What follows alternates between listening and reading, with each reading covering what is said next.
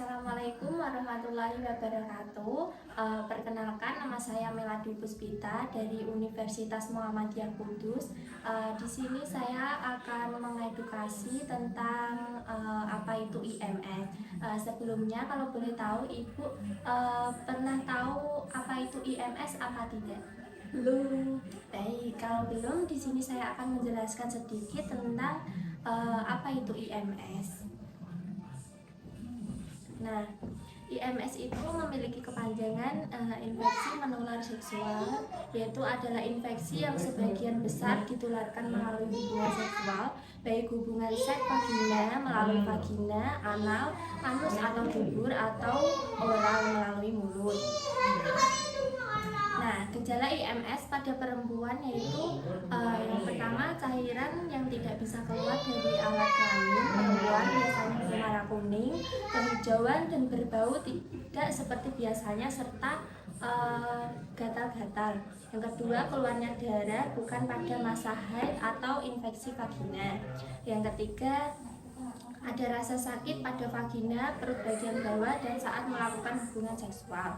Yang keempat, ada muncul bintik-bintik kecil pada alat kelamin.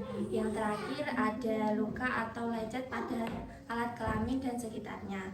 Nah, di sini ada gejala IMS pada laki-laki, yaitu yang pertama, rasanya sakit saat kencing jika diurut keluar cairan nanah dari alat kelamin. Yang kedua, itu ada pembengkakan pada buah pelir dan rasa sakit atau panas. Yang ketiga, itu muncul bintik-bintik kecil pada alat kelamin. Yang terakhir, ada luka lecet pada alat kelamin dan sekitarnya. Nah, di sini ada jenis-jenis IMS. Yang pertama ada gonorrhea atau kencing nanah. Nah, penyebab dari gonorrhea tersebut disebabkan oleh bakterial. Biasanya gejalanya pada laki-laki itu yang pertama dari lubang kencing keluar cairan berwarna putih, kuning, kehijauan, rasa gatal, panas dan nyeri. Yang kedua itu muara lubang kecil, bengkak atau agak merah. Yang terakhir, sakit saat kencing. Nah, di sini ada gejala yang mungkin timbul pada wanita. Yang pertama itu keputihan, kental, kekuningan, kehijauan, nyeri pinggul bawah, nyeri saat haid, dan nyeri saat kencing. Nah, yang kedua ini ada sifilis atau yang disebut dengan raja singa.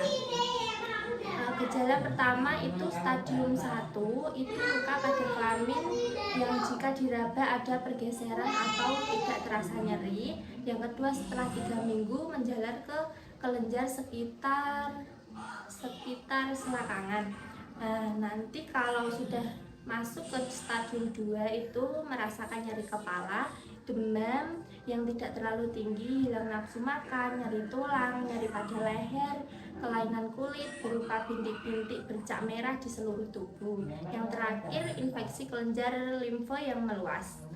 Nanti kalau sudah masuk ke stadium 3 itu dalam kurun waktu 3 atau 7 tahun infeksi merusakkan semua jaringan kelamin. Nah, di sini ada herpes genitalis. Biasanya itu lokasinya pada pria banyak ditemui di kepala penis, pada wanita banyak ditemui di bagian vagina di luar dan mulut rahim atau serviks. Gejalanya itu seperti bintik-bintik berkepala seperti anggur, biasanya seperti kayak sariawan, dan memiliki pembengkakan kelenjar getah bening di selangkangan. Yang terakhir, sulit buang air kecil. Nah, ini ada gambar herpes genitalis pada pria, dan yang ini herpes genitalis pada wanita. Nah, yang ini trichomoniasis vaginalis. Nah, gejalanya seperti keputihan encer, berbusa, berbau busuk, dan berwarna kuning hijau, sulit atau rasa sakit pada saat buang air kecil. Terdapat juga nyeri vagina dan gatal atau mungkin tidak ada gejala sama sekali. Kalau pada laki-laki mungkin akan terjadi pada radang pada saluran kencing, sering kencing, sakit saat kencing, keluar nanah saat kencing. Nah, di sini cara penularannya, trichomoniasis menular melalui kontak seksual. Trichomonas vaginalis dapat bertahan hidup pada benda-benda seperti baju-baju yang dicuci dan dapat menular dengan meminjam pakaian tersebut.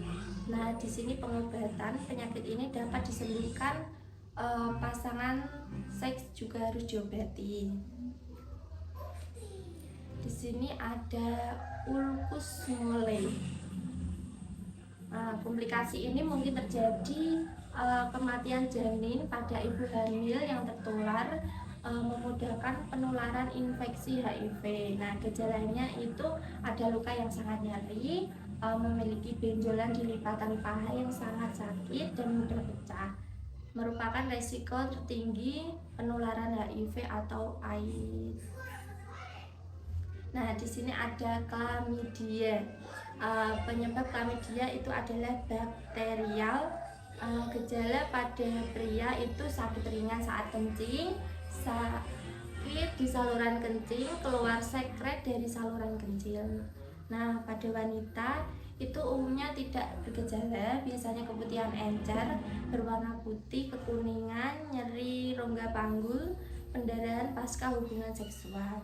Nah, di sini ada pengobatannya. Infeksi dapat diobati dengan antibiotik, namun pengobatan tersebut tidak dapat menghilangkan kerusakan yang timbul sebelum pengobatan dilakukan. Nah, di sini ada kutil genitalis. Biasanya gejalanya itu tonjolan yang tidak sakit, kutil yang menyerupai bunga kol tumbuh di dalam atau pada kelamin, anus dan tenggorokan.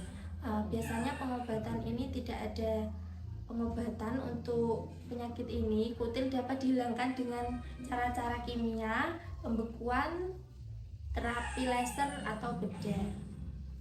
Nah, di sini juga ada HIV/AIDS.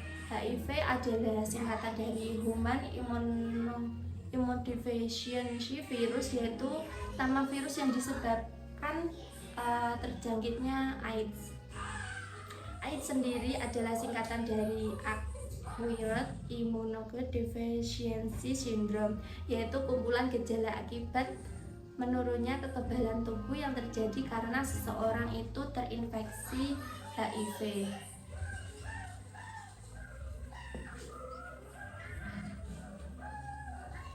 Nah, di sini ada cara penularan HIV, yaitu hubungan seks vagina, oral, dan khususnya anal.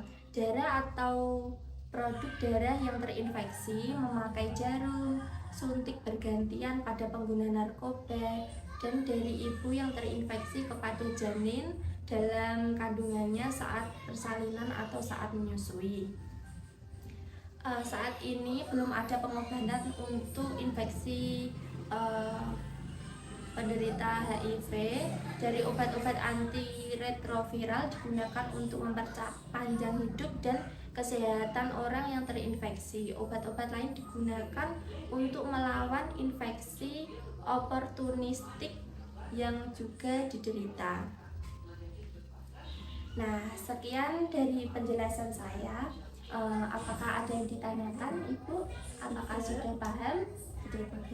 Baik, saya rasa sudah paham. Semoga edukasi hari ini bermanfaat bagi Ibu. Bila ada tutur kata saya yang salah, saya mohon maaf. Wassalamualaikum warahmatullahi wabarakatuh. Waalaikumsalam warahmatullahi wabarakatuh.